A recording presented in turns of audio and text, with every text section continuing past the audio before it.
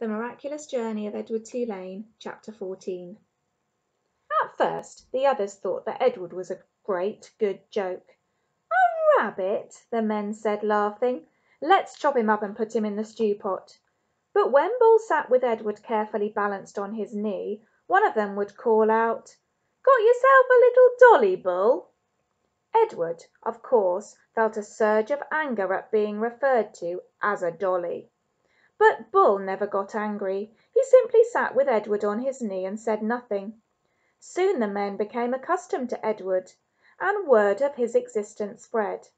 So it was that when Bull and Lucy arrived at a campfire in another town, another state, another place entirely, the men knew Edward and were glad to meet him. "Malone!" they shouted in unison, and Edward felt a warm rush of pleasure at being recognised, at being known. Whatever it was that had begun in Nellie's kitchen, Edward's strange and new ability to sit very still and concentrate the whole of his being on the stories of another became invaluable around the campfire. "Look at Malone," said a man named Jack one evening. "He's listening to every darn word." "Certainly," said Bull. "Of course he is." Later that night Jack came and sat next to Bull and asked if he could borrow the rabbit. Bull handed Edward over, and Jack sat with Edward upon his knee.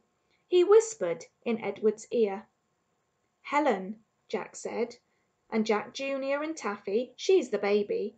Those are my kids' names. They are all in North Carolina. You ever been to North Carolina? It's a pretty state. That's where they are. Helen, Jack Junior, Taffy. You remember their names? Okay, Malone?" After this, wherever Bull and Lucy and Edward went, some tramp would take Edward aside and whisper the names of his children in Edward's ear. Betty, Ted, Nancy, William, Jimmy, Eileen, Skipper, Faith. Edward knew what it was like to say over and over the names of those you had left behind. He knew what it was like to miss someone, and so he listened, and in his listening his heart opened wide, and then wider still. The rabbit stayed lost with Lucy and Bull for a long time. Almost 7 years passed, and in that time Edward became an excellent tramp, happy to be on the road, restless when he was still. The sound of the wheels on the train tracks became a music that soothed him. He could have ridden the railways for ever. But one night in a railway yard in Memphis, as Bull and Lucy slept in an empty freight car and Edward kept watch, trouble arrived. "You bum," he said.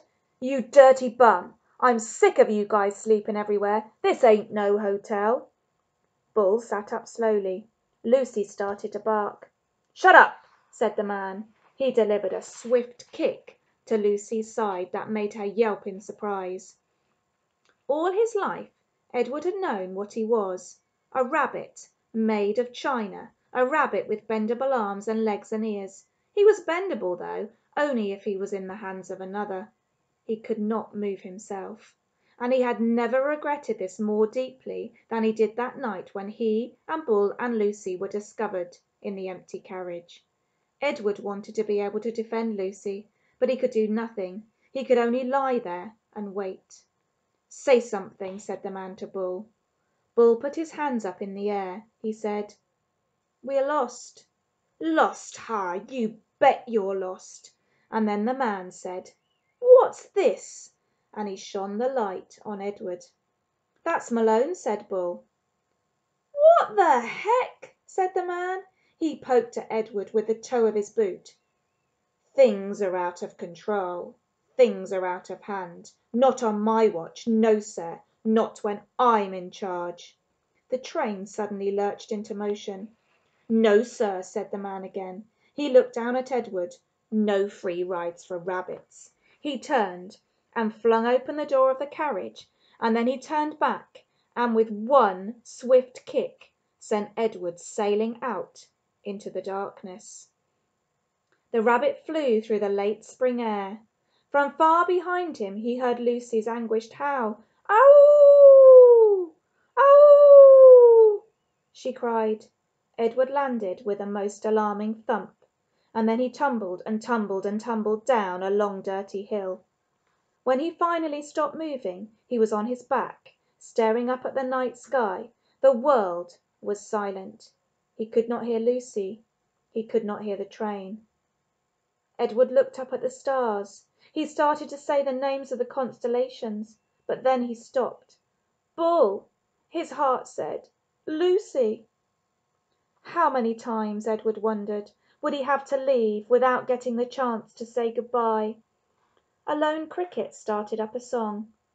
Edward listened. Something deep inside him ached. He wished that he could cry. Chapter 15. In the morning the sun rose, and the cricket song gave way to bird song, and an old woman came walking down the dirt road and tripped right over Edward. She said. She pushed at Edward with her fishing rod. Looks like a rabbit, she said. She put down her basket and bent and stared at Edward. Only he ain't real. She stood back up. She said again. She rubbed her back. What I say is, there's a use for everything, and everything has its use. That's what I say. Edward didn't care what she said. The terrible ache he had felt that night before had gone away and had been replaced with a different feeling, one of hollowness and despair. Pick me up or don't pick me up, the rabbit thought. Makes no difference to me. The old lady picked him up. She bent him double and put him in her basket, which smelled of weeds and fish, and then she kept walking, swinging the basket and singing, Nobody knows the troubles I seen. Edward, in spite of himself, listened. I've seen troubles too, he thought. You bet I have, and apparently they aren't over yet. Edward was right. His troubles were not over. The old woman found a use for him. She hung him from a post in her vegetable garden. She nailed his ears to the wooden post and spread his arms out as if he were flying and attached his paws to the post by wrapping pieces of wire around them. In addition to Edward, pie tins hung from the post. They clinked and clanked and shone in the morning sun. Ain't a doubt in my mind that you can scare them off, the old lady said. Scare who off? Edward wondered. Birds, he soon discovered. Crows. They came flying at him, cawing and screeching, wheeling over his head, diving at his ears. Go on, Clyde, said the woman. She clapped her hands. You gotta act ferocious. Clyde? Edward felt a weariness so intense wash over him that he thought he might actually be able to sigh aloud. Would the world never tire of calling him by the wrong name? The old woman clapped her hands again. Get to work, Clyde, she said. Scare them birds off. And then she walked away from him, out of the garden and towards her small house. The birds were insistent. They flew around his head. They tugged at the loose threads in his sweater. One large crow in particular wouldn't leave the rabbit alone. He perched on the post and screamed a dark message in Edward's left ear. Caw, caw, caw, without ceasing. As the sun rose higher and shone meaner and brighter, Edward became somewhat dazed. He mistook the large crow for Pellegrina. Go ahead, he thought. Turn me into a warthog if you want. I don't care. I'm done with caring. Caw, caw, said the Pellegrina crow. Finally the sun set and the birds flew away. Edward hung by his ears and looked up at the night sky. He saw the stars, but for the first time in his life, he looked at them and he felt no comfort. Instead, he felt mocked. You are down there alone, the stars seemed to say to him, and we are up here, in our constellations, together. I have been loved, Edward told the stars. So, said the stars, what difference does that make, when you're all alone now? Edward could think of no answer to that question.